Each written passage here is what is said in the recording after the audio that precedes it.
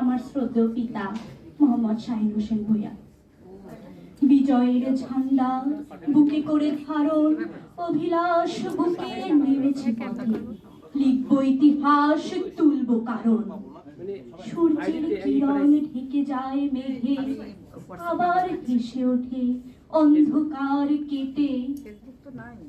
নদীর জল শুকিয়ে যায়, সেই নদী গৃহ কেড়ে নেয় জন্মের আভাস ভূমি।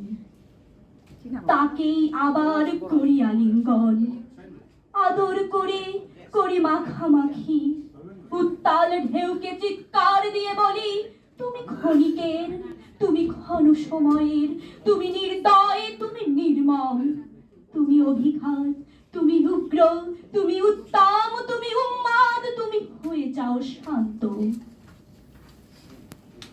আমার জন্য তোমায় বানিয়েছে প্রভু, তুমি তৃষ্ণার্ত মানুষের পিপাসা মেটাও, তোমার প্রতাপ প্রশান্ত করো।